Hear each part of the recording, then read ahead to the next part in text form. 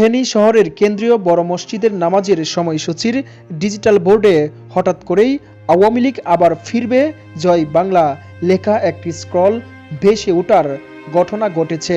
সোমবার ৩০ ডিসেম্বর দুপুর ২টার দিকে এই ঘটনা ঘটে। মসজিদের বিলবোর্ডে এমন স্ক্রল দেখে মুসল্লি ও স্থানীয়রা ক্ষুব্ধ হয়ে ওঠেন। সেখানে উত্তেজনাকর পরিস্থিতি তৈরি হয়। পরে ঘটনায় জড়িত থাকার সন্দেহে একজনকে আটক করে পুলিশে সোপর্দ করে স্থানীয় ছাত্র জনতা।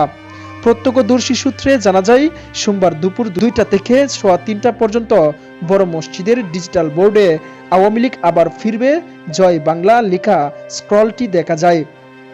এটি দেখার পর স্থানীয় রাজনৈতিক নেতাকর্মী ও ছাত্র জনতা বড় মসজিদের সামনে অবস্থান নেন। খবর পেয়ে ঘটনাস্থলে আসেন জেলা বিএনপির আহ্বায়ক শেখ ফরিদ বাহার, যুগ্ম আহ্বায়ক অধ্যাপক এম এ খালেক, জেলা ছাত্রদলের যুগ্ম সম্পাদক শওকত আলী জুয়েল, পাটোয়ারি সহ বিএনপি ও বৈষম্যবিরোধী ছাত্র আন্দোলনের প্রতিনিধিরা।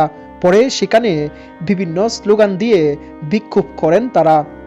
ফয়েজ আহমেদ নামে এক মুসল্লি বলেছেন, হঠাৎ নামাজের সময়সূচির ডিজিটাল বোর্ডে এ লেখা দেখতে পাই, একটি গোষ্ঠী ধর্মীয় বিশৃঙ্খলা তৈরি করতে এই ষড়যন্ত্র করেছে। আমরা এই ঘটনার সঙ্গে জড়িতদের শাস্তি চাই। জেলা ছাত্রদলের যুগ্ম সম্পাদক শওকত আলী জুয়েল বলেন, খবর পেয়ে আমরা ঘটনাস্থলে এসেছি। পতিত স্বৈরাচার আওয়ামী লীগের দূষররা এখনও বিশৃঙ্খলা করার পায়তারা করছে। রাজনৈতিকভাবে পরাজিত হয়ে এখন তারা ধর্মীয় প্রতিষ্ঠানে বিশৃঙ্খলা তৈরির অপতৎপরতা শুরু করেছে। ছাত্রদলের এই নেতা আরও বলেন, জনগণ আর কখনোই ফ্যাসিস্ট শেখ হাসিনাকে এই বাংলার মাটিতে জায়গা দিবে না। ফেনী মডেল থানা পুলিশের ভারপ্রাপ্ত কর্মকর্তা ওসি মর্ম সিং ত্রিপুরা বলেন, এই ঘটনার সঙ্গে জড়িতদের আইনের আওতায় আনা হবে। ধর্মীয় সম্প্রীতি ও শান্তি শৃঙ্খলা বজায় রাখতে আমরা সচেষ্ট রয়েছি। উল্লেখ্য, এর আগে গত 14 ডিসেম্বর রাতে খুলনা রেল স্টেশনের মূল ফটকের সামনে ডিজিটাল ব্যানারে ছাত্রলীগ ভয়ঙ্কর রূপে ফিরবে বলে একটি লেখা ভেসে উঠেছিল।